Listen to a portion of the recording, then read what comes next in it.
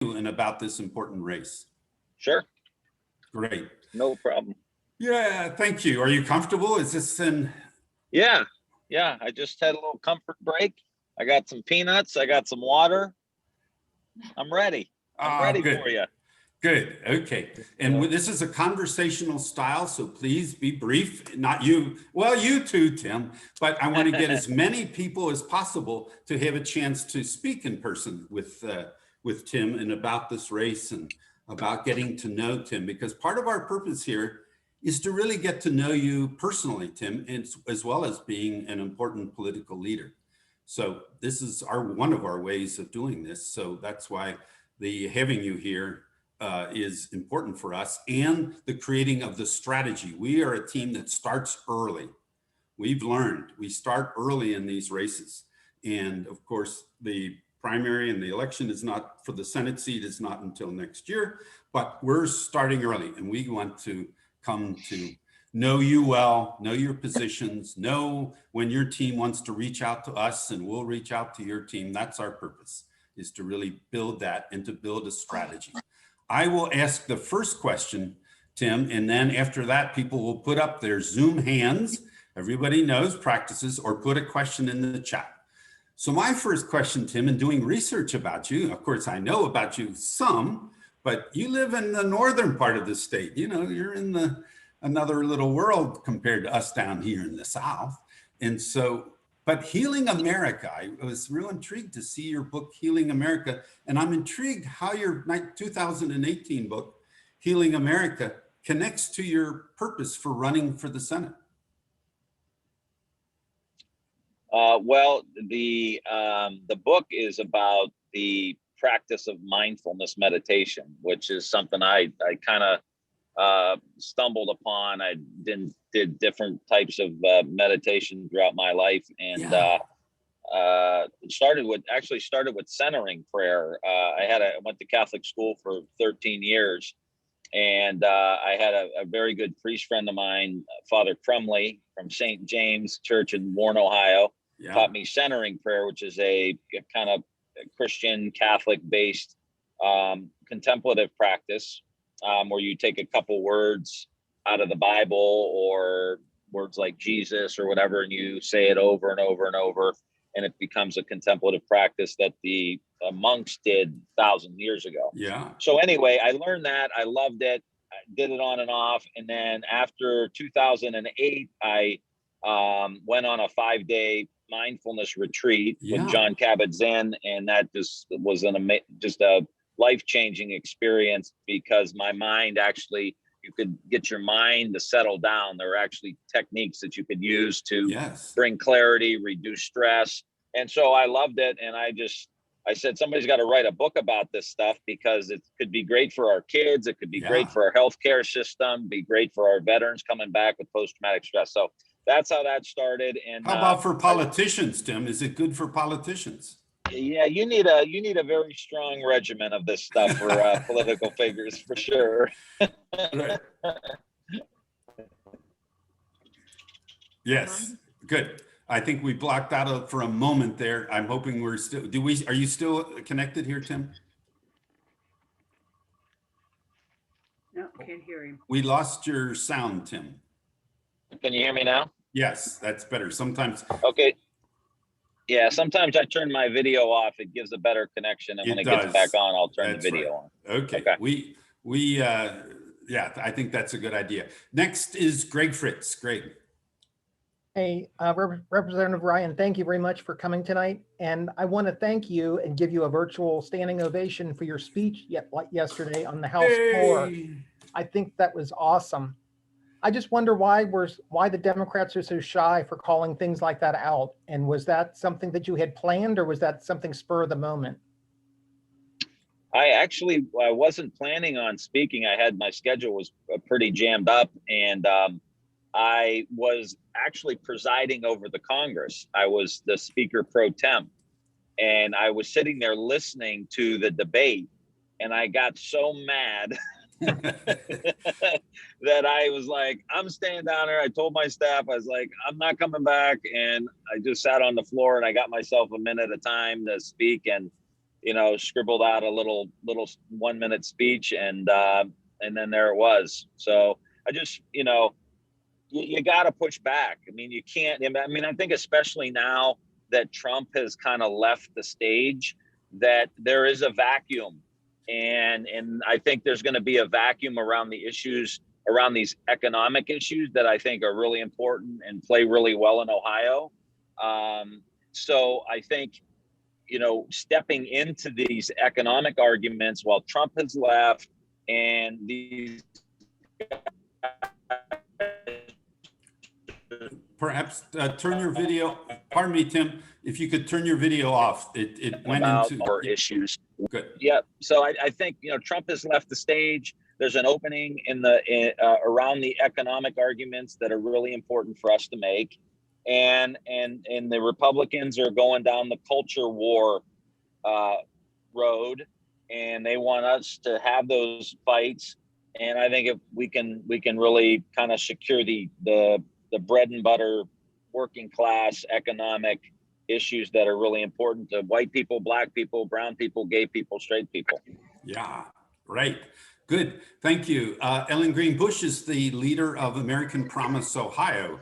And I think you know about that, about getting big money, dark money out of elections and lawmaking. Ellen, you're next. Yes, Congressman Ryan, thank you for signing the American Promise Pledge as a presidential candidate. My question is, as a Senate candidate, what do you think about a constitutional amendment to get big and dark money out of politics? What aspect of that, what message about that will appeal the most to Ohio voters?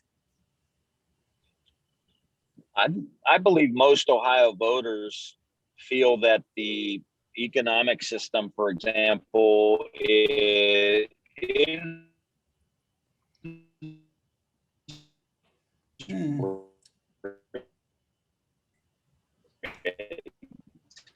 We've lost you again. It is stagnant. Healthcare is more expensive. We'll tie that to the. How about now? Can you hear me okay now? Yeah, it's good right now. Yeah, sorry about that. Sure. I think most Ohioans tie the economic system being broken to the money in politics. So I think it is a natural, it's a natural issue to help frame that up. I've always been a big proponent of publicly financed elections. I think that's the way we need to go, and I'm pretty open to how we can do it. But let's start with the fact that this money has corrupted the system.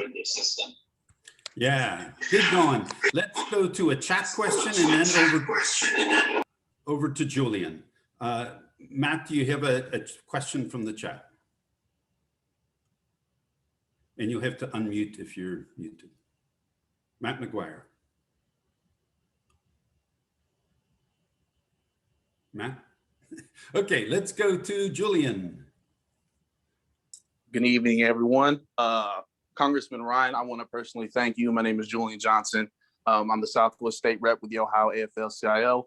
And I want to personally thank you for co-sponsoring and helping pass the PRO Act. It is a major win for labor. We've been fighting tooth and nail, for working people. And I would just want to thank you for being a champion of working people. And not only that, you represent Alliance, Ohio. That's my dad's hometown. And I, just want to thank you for all that you've done. I appreciate that. We were excited to get that out of that yesterday. And that we can't be afraid as Democrats to embrace the union movement. I mean, it's so critical. And I think coming out of the pandemic, I actually think there's going to be a resurgence almost of the unions, because I think so many union members or so many workers recognize that they're swimming with the sharks out in the economic waters. And there, and you think of all of the cashiers who were checking us out, primarily women, during the middle of a pandemic. I mean, there's an opportunity there, I think, to unionize a lot of these other workers. And, it could be an exciting time to really lift a lot of people up. Terrific. Yes. Matt, I want to ask again if Matt is still here. There are storms here in this area, so and he lives fairly close. Perhaps that's affected his internet connection. Let's see, Chot, would you mind filling in for Matt and take a look at the chat? Not this moment, we'll ask another question first, and then pull a question, be ready to ask a question from the chat. Nobody has their hand up yet, which gives me a chance to ask a question, which is, we want to really work on strategy as an activist group, Tim, not just to react to things, but to really plan ahead and to think of strategies. Without, I know you're getting ready to announce in April, I believe, but if you were just going to say clearly right now for you, what's one of the main strategies to win? We're determined to win this race for the Senate in 2022. What's the strategy that comes to mind? We don't have the luxury in Ohio to say, it's going to be, we got to have heavy turnout in the African-American community, or we've got to lower our losses in rural areas, or we need more labor. We've got to do it all. Yeah. If we're going to win a state like Ohio, we have got to do it all. And you need to start ASAP. And you've got to go in the communities that feel like we only show up around election time. Yeah. You can't just have politicians show up at Black churches, a couple weeks before the election. They stop by, they stay 10 minutes, they walk out and think that, the communities of color really understand that we care about them. You can't not show up in rural areas where poverty rates are high. They don't have health care. They don't have broadband. There's issues down there, and we rarely showed up down there. And so I think you got to do all of these things. You've got to go to union halls. You go show up. I mean, that's where the best way to show that you care is to show up and listen. And then try to deliver. And I think, that was the big thing about the COVID-19 bill. We made a commitment that we would do X, Y, or Z if we got in, and then we delivered. So I would say in Ohio, we've got to start now, and we've got to go everywhere, and we got to give a damn. You got to give a damn, and that's the big difference. People can sniff a phony out a mile away. And you got to really care, and I think that's going to be the key, and build an organization that can be sustainable too. I mean, here we are in 2021. There's an election in 22. It can't be about one election. It's got to be about building a sustainable party that has a brand. I mean, how many stories did you hear? From family members that said, look, I was Catholic and Democrat, and I had a crucifix on the wall, and I had a picture of President Kennedy or Roosevelt or whatever, that our parents or grandparents may have had. That's because our brand as a party was a brand that was sustainable. It was durable. The American people counted on the Democrats to do certain things, to make things right for them. And so it can't be about one election or one politician. It's got to be about building a sustainable Democratic Party that is deeply embedded in communities that know we will deliver for them. Again, that's why the COVID-19 was so important. This bill we just passed. I mean, local governments, I can look it up for you, how much Cincinnati's going to get or how much different towns are going to get.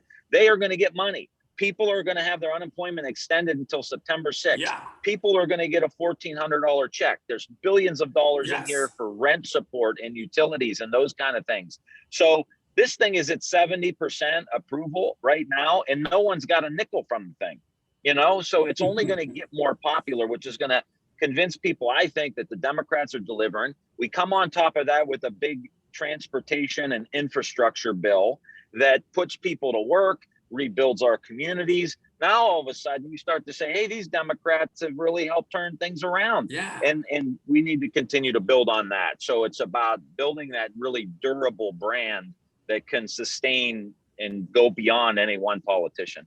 Good going. I like your inspiration, the way you inspire, man. Chot, do we have a question from the chat? Yes, we do. Marie has a question. Been waiting to hear from a Democrat. Yeah. Thank you. If you could just keep the muted, let's go in this particular order. With the big group, we need to go in a kind of focused way. Yeah, so let's go. Chot, is there something to share? Yeah, Marie has a question. What is your 2-year plan to engage rural and disengaged voters who don't believe in the good the government can do for them?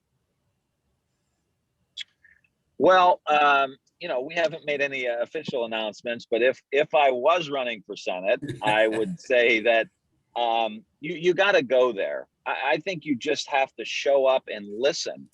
It's been so long, really, since we've really had a rural initiative, and you got to hire staff that can go into those areas and find issues where you're going to fight for them. You're going to advocate for them. We just got involved in an issue around fertilizer. There's like one company that's a monopoly, and they're really starting to put the screws to the farmers with the cost of fertilizer.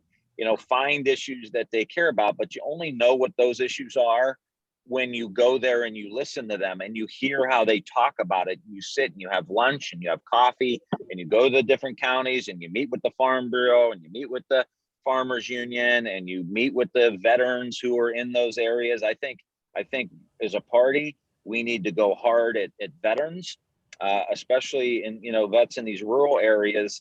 They feel forgotten. And again, it all starts by going there and listening. And there's no magic sauce. That's the magic sauce. You go there, you listen, you hear what their issues are, and then you know what they're feeling, and then you know how to advocate for them. You know how to talk. You know how to say things the way they would say it, so that, because a lot of times we say things that we think they hear, but we're not saying it in a way or framing it in a way that they would understand it. And so it doesn't land. Like your brand, this is the perfect example, like your brand isn't what you think it is. Your brand is what people think it is, And so I think just going there and spending time and spending resources in those areas. We lost, I think, Monroe County or something up more my way. I don't know. I didn't look at all the counties or remember all the counties, but Trump got like 70-some%. Yeah. I mean, we can't lose counties 70-some%. You will never win anything. I don't care how big turnout is in key blue counties or blue neighborhoods. You've got to tamp that down, and you don't have to win it. But I think we got to dig in on those river counties. That Ted Strickland's old district that he won in 2002, 4, 6, and won it for governor in 6. Those are key counties for us that are those are former Democratic voters, probably decent union concentration.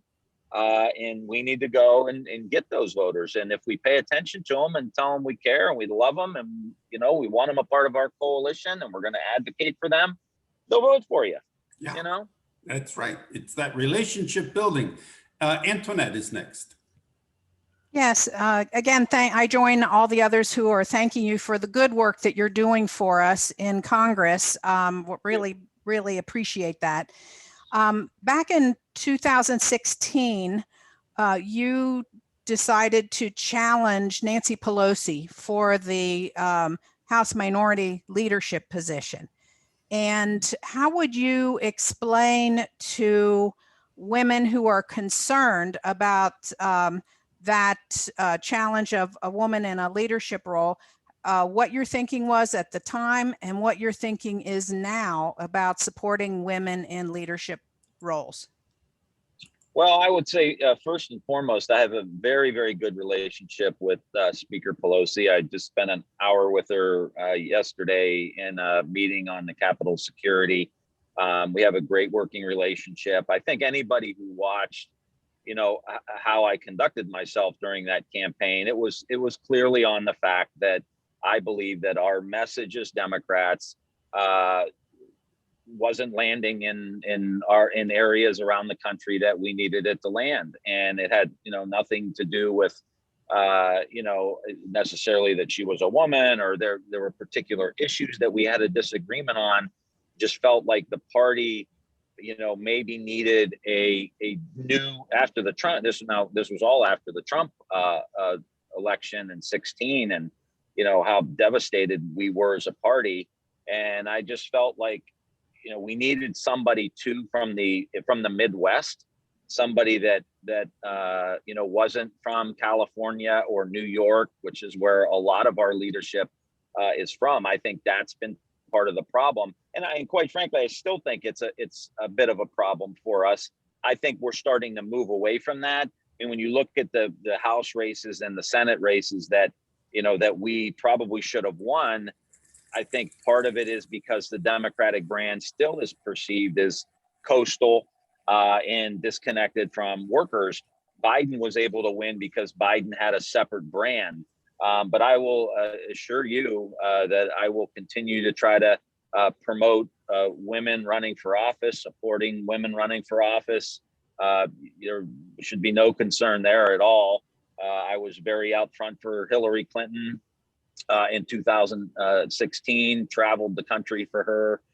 She has been a big advocate for me and encouraging me to run for the Senate in many, many different ways. So, we'll be there to continue to support women candidates. I can assure you that. Thanks, Tim. Next is Dee Chavez, and she is the leader in Southwest Ohio of the Single Payer Action Network. Tim, Dee, you're next. And to unmute.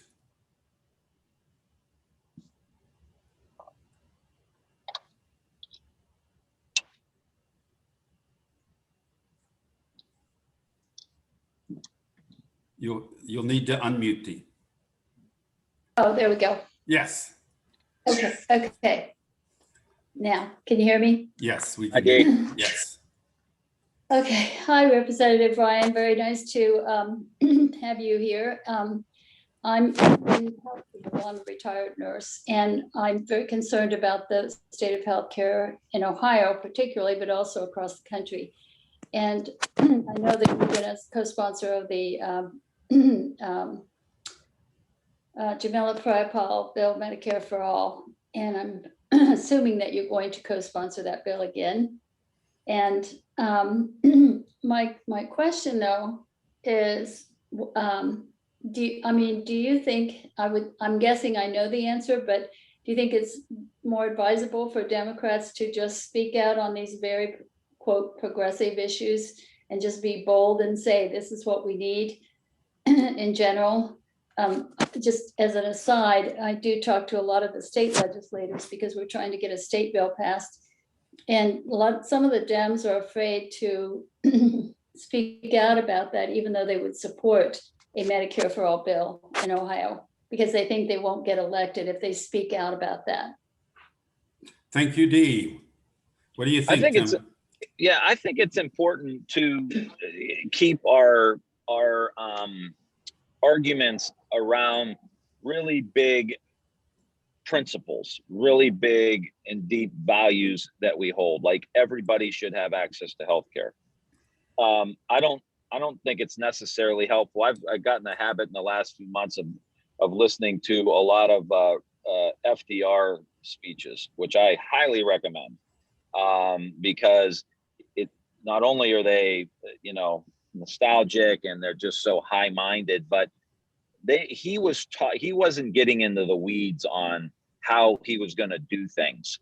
He kept things on the values issue. He kept the frames of the arguments, and we're talking politics here among us as activists, but kept it very high-minded and based on principles. And I think that communicates to people without getting into the weeds on a particular issue. And I think saying and being very forceful about everybody in America should have health care. The one issue with the Medicare for All that I think we got to be careful with is that forcing people out of their private insurance, I think is I don't think it's something we should necessarily do, but I also think it's politically problematic for those people who have healthcare that they really, really like, and they don't want to get rid of it, and they don't trust the government necessarily to give them something better. But I do think we need a very robust public option. I think we need to do things like move the Medicare down to 50 years old, which I think is a great step of actually, and it actually works out to be good for both the Medicare program and for private insurance, because what it does is it takes the oldest cohort of the private insurance market, right? The sickest of the group from 50 to 65 or 64, and takes them out of the private market and puts them into the Medicare market and makes them the youngest people within the Medicare market and allow people to buy into that. And so what you do is you actually strengthen the Medicare program and extend its longevity, and you actually reduce risk in the private market. And would be a significant win. I mean, imagine if people at 50 years old could buy into the Medicare program at a reasonable price. So I think talking about things like that, I think could be really, really helpful, in having a robust public option for other people in the private insurance market, because it is criminal right now what happens. When you look at infant mortality, especially issues around women's health, especially African-American women, issues around pregnancy with African-American women, issues around healthcare and diabetes. I mean, not to get too far off on a tangent here, but we've got to start talking about health.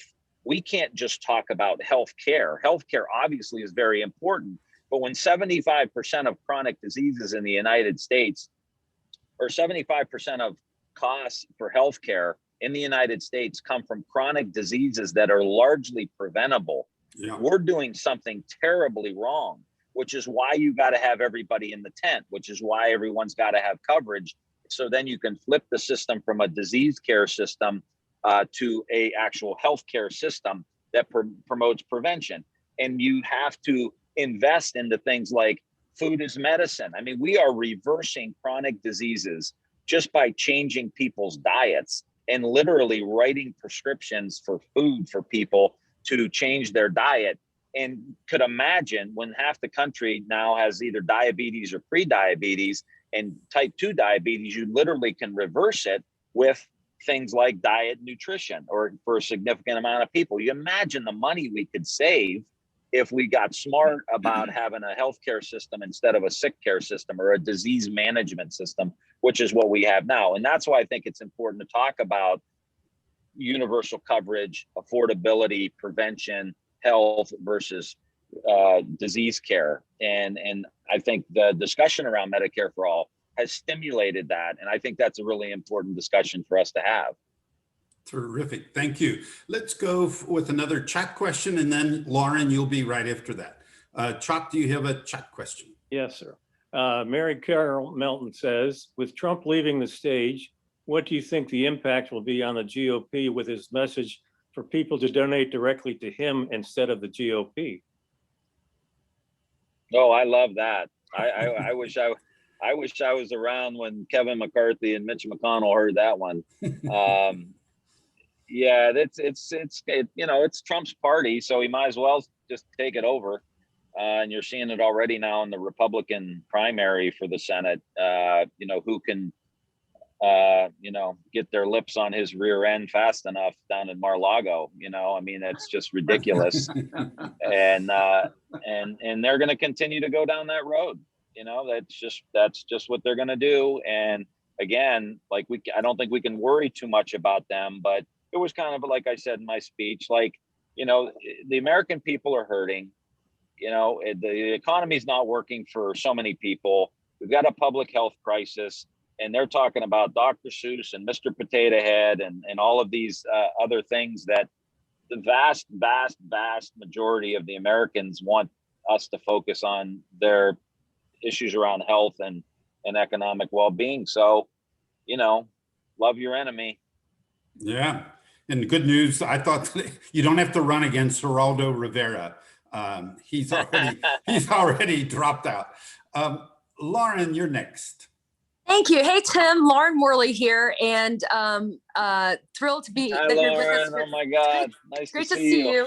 I was the political director on Lee Fisher's race when he ran for U.S. Senate in 2010. And I have to tell everybody on this call, Tim Ryan was with us every step of the way, Wow. figuring out how we could win election for Lee and Ted Strickland's reelection. And we weren't successful, Tim, but thank you so much for all that you did and continue to do. It means a lot. Thank you. You're welcome. My kind of question is, something that I anticipate the Republicans will say about you as they're trying to, deteriorate your entry into the Senate race is, well, the Mahoning Valley is going for, Republicans. The Mahoning Valley is turning red, and Tim hasn't been able to stop that. How does he think he's going to win statewide? And you kind of addressed that a little bit about your intent to win river counties, but I wonder if you could talk a little bit about, just a little bit more about that psychology that people do feel left behind. Like, what do you hear when you're in those union halls and in those places? And I think that will be instructive to us as we are like, so many of us live in these liberal pockets where we're like, how could anyone ever vote for Trump? Yeah, I think it's, I think we first and foremost got to be honest, like Trump was a generational phenomenon. I mean, he just, obviously we all disagreed with vast majority of the things he said and did and talked about, his lack of character and all of that. But he was able to connect to those, I think, disgruntled workers who felt like the Democrats didn't deliver for them. And he, his message on trade, his message on the economy wasn't much different than Sherrod's, wasn't much different than Ted Strickland's, wasn't much different than mine. China's hurting us, trade deals have hurt us, globalization has hurt us, and I'm going to bring these factories back. And if you remember the 16 campaign, he said, I'm going to raise taxes on the rich, we're going to expand healthcare, we're going to spend a lot of money on transportation and rebuild the country. I'm a builder, that's what I do. That's a very appealing message to people who have felt left behind. And when you see what wages have been like the last 30 or 40 years, and one of the things that Trump said in 2016 was, Bill Clinton passed NAFTA, Hillary's husband passed NAFTA, and look at all the jobs we lost. That was a very compelling argument. That was a very potent line of attack. And so I think we've got a couple of benefits in coming up. One, Trump is not on the ballot. I mean, there was a huge difference between 18 and 20. 16 and 20, we had this huge turnout of people that just showed up really just to vote for Trump. He's not on the ballot. And then I also think you have January 6th, what happened at the Capitol. I think you have the party becoming more and more extreme, the QAnon factions and all of that. That's going to further alienate. And then now here comes Joe Biden, that the vaccines are getting out. The political situation has calmed down. Everyone's has moved for the most part out of fight or flight mode, which we were living in for 4 years straight. And so we now delivered on the COVID-19. We're going to do an infrastructure bill. And so I think there's going to be a place for us where a lot of these voters are going to want to come back home. And you tie that to, just general economic growth and going to these rural areas. I think Democrats are going to have a very good shot to win this thing. I think there's the pent-up demand that's already out there in the economy. All the economists are talking about the pent-up demand that's going to be released once we get through this. And then you have, again, $2 trillion in the COVID bill that we just passed. We'll do a $2 or $3 trillion infrastructure bill. So I think, our economy can have a good run and Democrats could have a little wind at our back. And if we keep talking about those economic issues, I think we've got a really good shot, not just to win Ohio, but win Wisconsin, win Pennsylvania, win North Carolina, Warnock's up again, in Georgia. They have a good shot to have a good little run going. Terrific. I think your Zoom hand went up first. I'm not sure, Trace, so I apologize if yours was first. But Trish, what is your question or comment to Representative Ryan? Thank you, Representative Ryan, for speaking with us tonight. I'm over here in Hilliard, Ohio, near Columbus, but I'm a veteran. And I just wanted to say, I'm looking forward to what our plans will be and what you're looking at with veterans. They're pretty important in Ohio. The last three last presidents, Democratic, gave the most to veterans, I understand. Clinton gave the Millennium Act, which gave us health care for those that were not 20 years service. Obama gave us choice, and Biden just now gave us retraining and you guys as well, retraining and no copays until September 2021. So I think we need to get that word out in Ohio. Yeah. Yeah, I agree 1,000%. And you know, one of the things I want to make sure that you know, we do as a party is when we go to these small counties or we go to a county, we stop at the Veteran Service Office. You know, we go there and we say, this is a priority for us. These folks have served our country and we love them. And, you know, we want to know what your issues are. And I've got a really good long record of supporting vets and not afraid to talk to them. But again, this is part of a general attitude of we need to play offense in every area. We don't concede any group of voters. I don't care who they are, and I don't care who they voted for last time. If they were farmers in rural areas where Trump did really well, go there. Tell them what you're for. You know, I mean, you go to, you know, you talk to veterans. You know, I mean, we're for them. We support them. We love them, and let's tell them what we've done. You know, the same with in the rural areas with the farmers. I mean, look at what's happened with the consolidation. There's a monopoly for the fertilizers. There's 2 or 3 companies that sell seed. There's 2 or 3 companies that sell pesticides and herbicides and all of that. And these farmers are getting squeezed. And so why wouldn't we go in there and say there's a concentration of wealth in agriculture and you guys can barely make a living? And, you know, the Republican Party has taken you for granted. And I'm here. And I want to talk to you about how we fix this. And, you know, we've got a lot of specialty crops in Ohio. There's a big move towards regenerative agriculture. I support paying farmers to sequester carbon and move to techniques that allow them to be a part of actually sequestering carbon and being part of reversing climate change. So they're going to get paid to do that. Why wouldn't we go there and make that argument? Make that populist argument to them. And if you spend enough time over the next 2 years, you know, we'll make it happen. And we'll win those areas, or at least tamp down the vote, the losses in those areas. Yes, thank you. Trace Abraham. And to unmute. Yeah, that's it. Representative Ryan, I just want to say thank you thank you for joining us tonight. And so glad I get a chance to talk to you.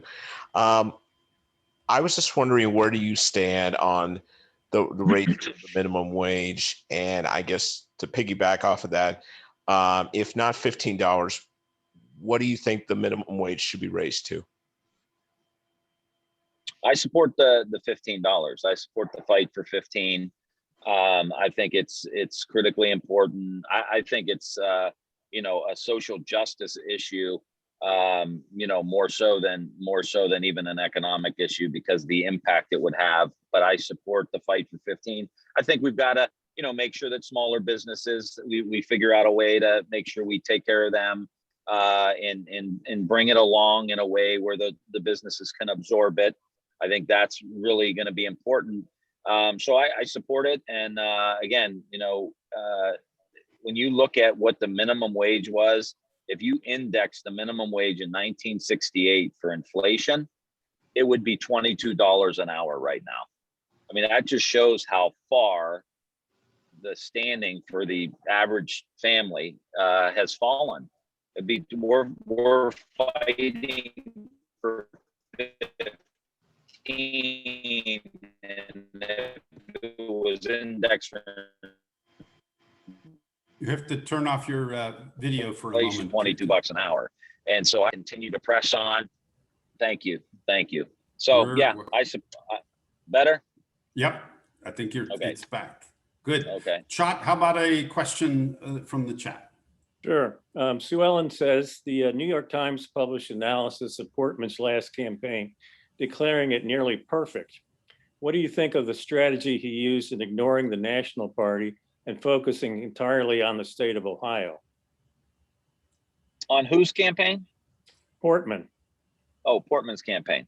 Yeah, no, I think this has got to be a localized race. This has got to be a race about Ohio. Ohio values, an Ohio Democrat that cares about the people of Ohio and is going to do what's best for the people of Ohio, period, end of story. And that there is going to be a strong voice on the Senate floor for Ohio. And not just Ohio generally, but I think, the communities in Ohio that really have been, left behind, again, went and voted other ways in Portsmouth and Steubenville and, East Liverpool and Lima. We've got to make sure that we are talking about rebuilding Ohio, rebuilding the middle class in Ohio, and have a real agenda about how we're going to do that.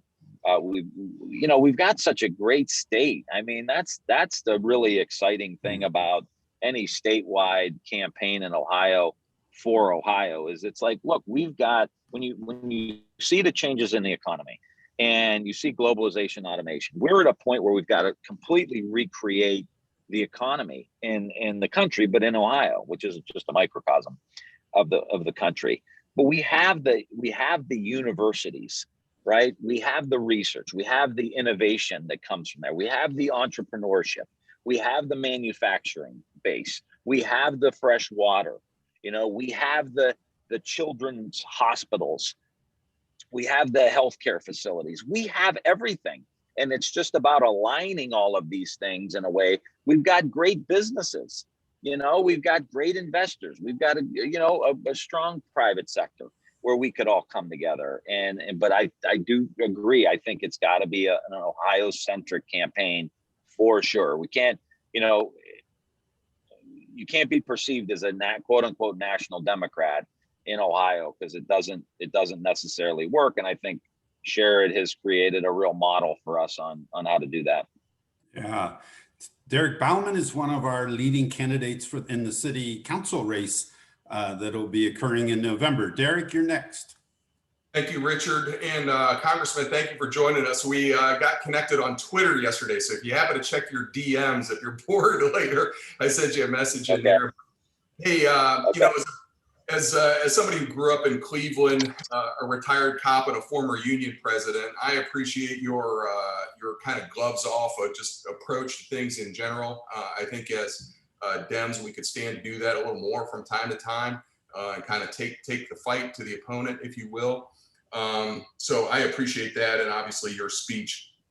Two brief questions. One's come up in the chat a number of times from the Senate perspective, your thoughts on getting rid of the filibuster, which also ties into my second question. As a current congressman, what are your thoughts on kind of the speed and alacrity of getting stuff done? In other words, we know that we have a 2-year window at least, hopefully longer.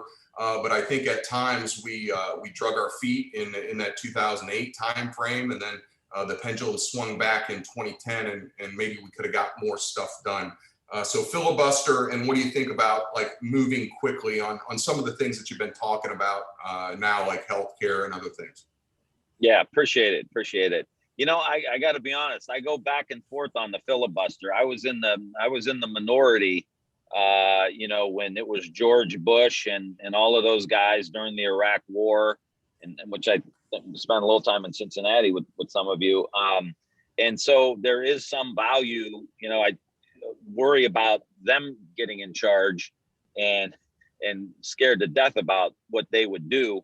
But I do think that they are so out of touch with the American people, and it isn't an archaic procedural thing that can stymie it.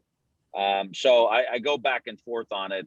But we'll clearly take a position. But I think that at this point, we have to look very closely at getting rid of it, because you can't have any progress right now. I mean, you take the COVID bill, for example, we had to do it through reconciliation, which is a procedural maneuver, which allowed us to do it. But if we didn't do it, it still has the support of 55% of Republicans, and almost 100% of Democrats, and like 60 or 70% of independent voters. So you're going to hold up progress based on a minority of the minority party. And that, to me, is something we can't allow to happen, because we'll just get stuck. And I do think we've got to continue to move on judges. We've got to fill these judicial seats like the Republicans did. That's going to be critical. So, I haven't came down one way or the other on it, but the more stuck we are, the more I think I'm open to the idea of doing it. Perhaps you've already read it, Tim, but a lot of us are reading Switch Kill. The word switch, kill. That's the name of the book about the filibuster and being really influenced by that. It's a great, as you do the research, we'd recommend that book for you great. to read. Let's do one, we're down to our last few moments, but let's do one chat question and then Brewster. Okay. Marguerite says, do you have a team working to ensure newly cut districts are more fair, i.e. making it possible for Democrats' votes to count? We're working very closely with the state party on this, with Liz, and you're on it. We're not sure what's going to happen now with we still don't even know what's going to happen with the census data. Yeah. So we're still waiting on that, but yeah, we're working very closely with the state party. Terrific. Brewster. Tim, great to see you, buddy. Hey, Hey, Brewster. Hey, thanks for your stand. So are you in Cincinnati or are you in Key West? Key West, sorry. He always apologizes. You see my sunsets lately? Hey, thanks for your Stand Up for Ohio message. Talk about a throwback to the 80s with Celeste, et cetera. I think you're right on the mark. And I just wanted to ask you, I know you have been really focused on bringing back manufacturing in the state, and just be interested in your sense of how you talk about that in a way that connects with working people, so that we can become the manufacturer of the next generation of renewable energy products and services, as well as obviously transportation, et cetera. And thanks again for joining us. It's great. We're all excited about you. Yeah, thank you. Thanks, Brewster. I think talking about manufacturing needs to be foundational, fundamental, front and center, however you want to say it, because I believe that is the future of the state, around electric vehicles, around charging stations, around batteries. We've got to be the high-end manufacturer around aerospace, high-end manufacturing state in the country and in the world. And I think that's completely doable. We have the workforce, we have the innovation, we've got the location, and I think it's very much appealing. I mean, to our bones as a species, we make things. We build things, and Ohio has a long history of building things. And I think now with up in our neck of the woods, you guys have workhorse down by down by Cincinnati, and we're in the middle of this big fight around the Postal Service. I don't know what happened with this, but they gave it to an internal combustion engine company and looked over Workhorse, which is going to partner with Lordstown Motors, which is the new electric truck company in the old General Motors Lordstown facility. They're going to have 1,500 workers by the end of the year. We have a General Motors battery plant that's going to have 1,100 people there probably in the next 18 months or so. And so those are two really good examples that we can talk about around the state. Here's a Cincinnati company building stuff in Cincy, but also in working with Lordstown Motors, building an electric truck fleet. They have 100,000 pre-orders already. And so this is the real deal. How do we put the gas pedal down on this stuff and wind and solar and hydro and all of these areas, and then build out the supply chain for these things as well. That's where we need to be. We're going to be the state that builds things where companies want to locate from around the world to access, our ability to help them build things. And we've got to make sure that we have the highest, most sophisticated workforce and trained workforce to be able to build these products of the future. We need to tie that into our K through 12 systems. We got to bring back shop class, so that we're getting people back interested in manufacturing and those kind of things. I've got a bill that I've been pushing for a few years called Shop Class 2.0, so that we actually get people back in the realm. You don't have to go to college, and we should be aligning people up to go work in these jobs. And for the Lordstown Motors gig, the owner there, the CEO there, is saying that he wants to pay, the union is welcome to come. He wants to retrain him, create his own culture, but he wants to pay him a union wage. Even if they don't unionize, he wants to pay him $30 an hour. Now that's a middle class job that we can be proud of. So imagine us campaigning around the state with pointing to things like that to say, look, there's 1,500 jobs over there paying $30 an hour, making things to help reverse climate change and resuscitate the economy in a place like the Mahoning Valley. That's a win-win-win all the way around. Terrific. Tim, one of our commitments in Bold New Democracy and many other organizations that we're in alliance with here is to really strongly, enthusiastically shine the light on you so that people really get to know you here in 2021, preparing for next year, but to really build the relationships down here so people really know you, the person. They know you as the sort of TV person and all that but to really know you in the way that, and so this is a start for that, but we're going to follow up with many more of that. The questions that are in the chat, I'm going to pass on to your campaign advisor so that at least you're aware of what people are thinking of down here. And maybe we might figure out a way to follow up or get some answers to those as well. That's great. That's great. Can I say one more thing, Richard, before we go? Sure. I see some of my mom's demand action on the call. I want to give a shout out to all my girlfriends. Yay! And today was such a great day where we passed the bill around background checks and closing the Charleston loophole. And we were just thrilled to do that, thrilled to be a part of it. And I will tell you, should I decide to run for Senate, I'm gonna need a lot of moms on the team, and I'm looking forward to continuing to build that relationship. I love you all so much. You've done such a great job and being common sense and just really connecting to people. So we're super proud about that. And I do want to say too that I forgot to mention at the very beginning. I wanted to say something about this. So my mom's sister moved to Cincinnati. She got her PhD down there, and she married a guy who worked at Procter and Gamble. Yeah. And so we chased them around the country. So we would go down to Cincinnati. Then he got transferred to North Carolina, and we had to go to Greensboro, North Carolina. And then he moved back to Cincinnati, and all my cousins grew up there. I think they went to Blue Ash. Yes. But anyway, I grew up going to Cincinnati. So we would go to the Reds games. Yeah. And I literally, my entire childhood, The video, turn the video off for a moment, Tim. Pete Rose poster.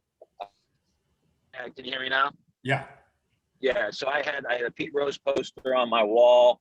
I had all the little Cincinnati Red hat helmets that they put ice cream in, and I'd save them, and they were all over my room growing up. So big red machine was a part of my childhood. Yeah. And some of us have called tonight, Tim, our Tim and Joe night, because we have you from, here for this hour, and then Joe starts in just a few minutes on TV. So this is our Tim and Joe time. And this is one of our actions from Bold New Democracy. Spread the word, shout out in your social media, tell everybody how great this bill is that we're celebrating tonight and that Joe's talking about tonight. And that's how we really get that word out so that everybody's enthused about it. Tim, it's been so great being with you. Thanks for squeezing this in at the end of a long day, I'm sure, and a travel day. It's meant so much to us, and we're going to keep in close touch with you and your campaign. Well, I appreciate it. Thank you so much. I look forward to coming down to Cincinnati when we can shake hands and hug, and I'll buy you all a beer. All right, that's a deal. Thank you, All Tim. right. Thanks for everyone for taking part tonight. And let's do our job for Tim, but also for Joe. Thank you. Go, Joe. Yeah. Bye, everybody.